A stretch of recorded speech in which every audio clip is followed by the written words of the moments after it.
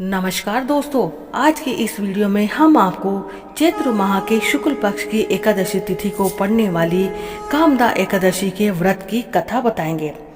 एकादशी तिथि भगवान विष्णु को अत्यंत ही प्रिय होती है।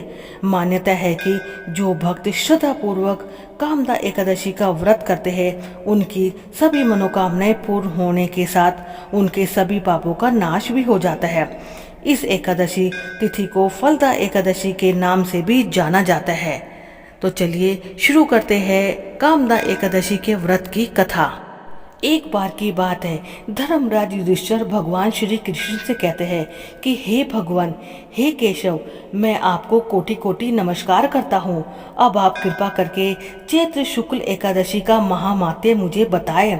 तब श्री कृष्ण कहने लगे कि हे धर्मराज, यही प्रश्न एक समय राजा दिलीप ने गुरु वशिष्ठ जी से किया था, और जो समाधान उन्होंने किया वह सब मैं तुमसे कहता हूँ।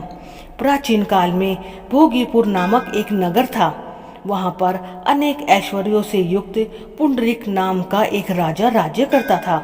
भोगीपुर नगर में अनेक अप्सराएं, किन्नर तथा गंधर्व वास करते थे। उनमें से एक जगह ललिता और ललित नाम के दो स्त्री पुरुष अत्यंत ही वैभवशाली नगर में निवास करते थे। उन दोनों में अत्यंत प्रेम और स्नेह था, यहाँ तक कि अलग अलग हो जाने पर भी दोनों व्याकुल हो जाते थे। एक समय पुंडरीक की सभा में अन्य गंधर्वों सहित ललित भी गान कर रहा था। गाते गाते उसको अपनी प्रिय ललिता का ध्यान आ गया, और उसका स्वर भंग होने के कारण गाने का स्वरूप ही बिगड़ गया। ललित के मन के भाव जानकर कारकोट नामक नाग ने पद भंग होने का कारण राजा से कह दिया। तब राजा पुंडरीक ने क्रोध पूर्वक कहा कि तू मेरे सामने गाता हुआ अपनी स्त्री का स्मरण कर रहा है, अतः तू कच्चा मांस और मनुष्य को खाने वाला राक्षस बनकर अपने किए कर्म का फल भोग। पुंडरीक के श्राप से ललित उसी क्षण महाकाय विशाल राक्षस हो गया।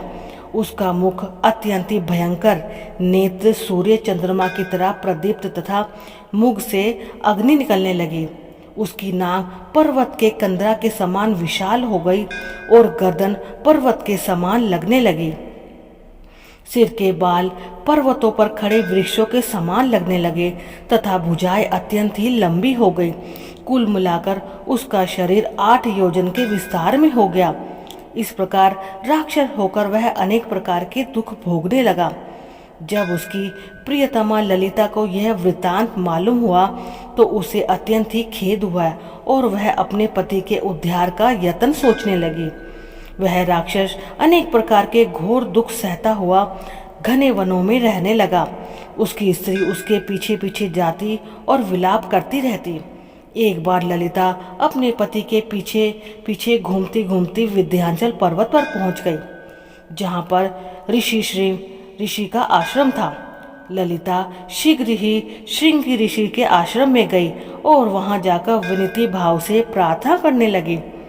उसे देखकर ऋषि श्रृंगी बोले कि हे सुबके, तुम कौन हो और यहाँ किसके लिए आई हो? ललिता बोली, हे मुने, मेरा नाम ललिता है। मेरा पति राजा पुंडरीक के श्राप से विशालकाय राक्षस हो गया है। इसका मुझको महा दुख है। उसके उद्धार का कोई उपाय बतलाए। ऋषि श्रृंगी बोलते हैं कि हे गंधर्व कन्या, अब चैत्र शुक्ल एकादशी आने वाली है, जिसका नाम कामदा एकादशी है। इसका व्रत करने से मनुष्य के सब कार्य सिद्ध होते हैं। यदि तू कामदा एकादशी का व्रत कर उसके पुण्य का फल अपने पति को दे दे तो वह शीघ्र ही राक्षस योनि से मुक्त हो जाएगा और राजा का श्राप भी अश्व में शांत हो जाएगा।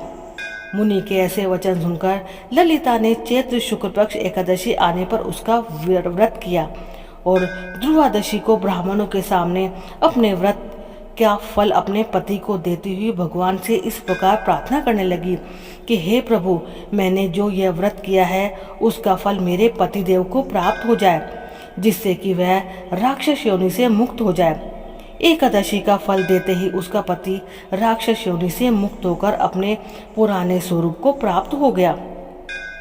फिर अनेक सुंदर वस्त्र आभूषण से युक्त होकर ललिता के साथ विहार करने लगा। उसके पश्चात वे दोनों विमान में बैठकर स्वर्ग लोक को चले गए। वशिष्ठ मुनि कहने लगे कि हे राजन, इस व्रत को विधि पूर्वक करने से समस्त पाप नष्ट होते हैं तथा राक्षस आदि की योनि भी छूट जाती है। संसार में इसके बराबर कोई और दूसरा व्रत नहीं है। इसकी कथा पढ़ने या सुनने से वाजपेयी यज्ञ का फल प्राप्त होता है। कामदा एकादशी समस्त पापों का नाश करने वाली है। तो ये थी दोस्तों कामदा एकादशी के व्रत की कथा। आशा करते हैं कि वीडियो में दी गई जानकारी पसंद आई होगी। ओम नमो भगवते वासुदेवाय नमः।